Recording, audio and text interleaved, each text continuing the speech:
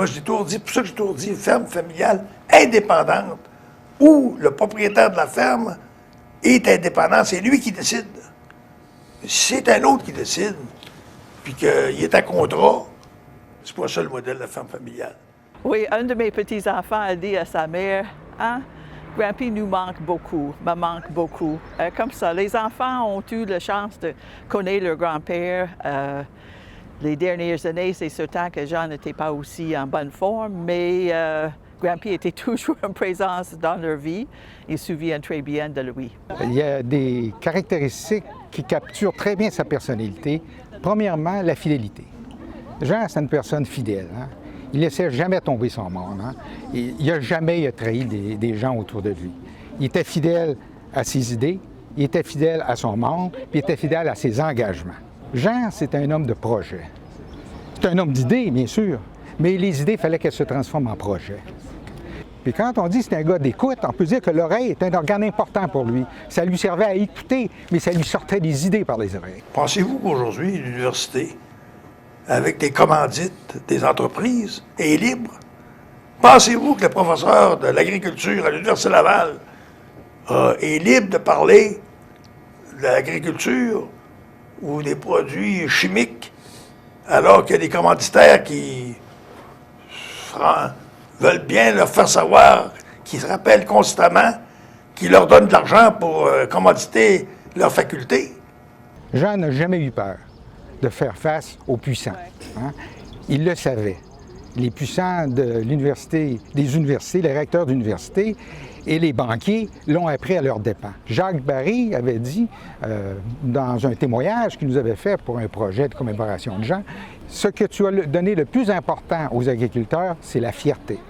Je pense qu'aujourd'hui, on a besoin que quelqu'un fasse la même chose au Québec. Alors, je pense souvent à M. Garon. Je me demande qu'est-ce qu'il ferait s'il était avec nous encore aujourd'hui face aux enjeux agricoles. Nous, à l'Institut Jean Garon, on essaie de susciter des débats sur des grandes questions comme l'avenir de l'industrie laitière, où il y a des graves problèmes.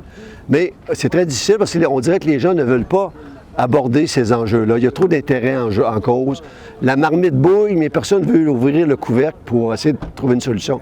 Si Jean Garon était là aujourd'hui, il ouvrirait la marmite, puis il forcerait les gens à regarder dedans puis à se poser des questions. Il l'a fait tellement souvent avec ses conférences socio-économiques, une vingtaine, où il réunissait tout le monde, où tout le monde devait s'engager à faire quelque chose. Alors, aujourd'hui, il y a un grand silence, je pense, au niveau des grands leaderships agricoles qui devraient s'exprimer, tant au Québec, mais surtout peut-être au fédéral. Si on parle au lait, la grande partie des solutions ou de la nécessité de susciter un débat se trouve à Ottawa et c'est le silence radio. Alors, c'est sûr que Jean Garon, c'est une grande absence encore aujourd'hui, encore 7 ans après son décès, plus de 20 ans, même plus après son départ du ministère de l'Agriculture, où on considère encore qu'il a été le plus grand ministre de l'Agriculture des temps modernes au Québec. Son héritage aujourd'hui est entre bonnes mains, hein, grâce à l'Institut.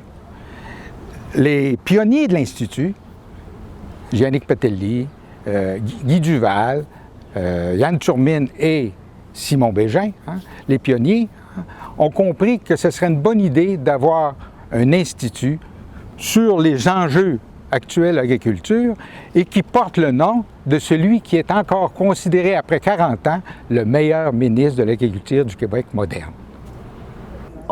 Il nous manque beaucoup dans la famille. Il était tellement en présence dans notre vie. C'est encore difficile, mais on est très fiers de tout ce qu'il a accompli et très contente que l'Institut Jean Garon continue de véhiculer ses idées, ses valeurs et tout ce qu'il essaie de faire. C'est très apprécié. Normalement, on est ensemble pendant cette période de temps. On passe le jour de son décès, le 1er juillet, ensemble. Et on a toujours levé le verre, on a parlé beaucoup de Jean et on a fêté ce qu'il était avec nous pendant si longtemps.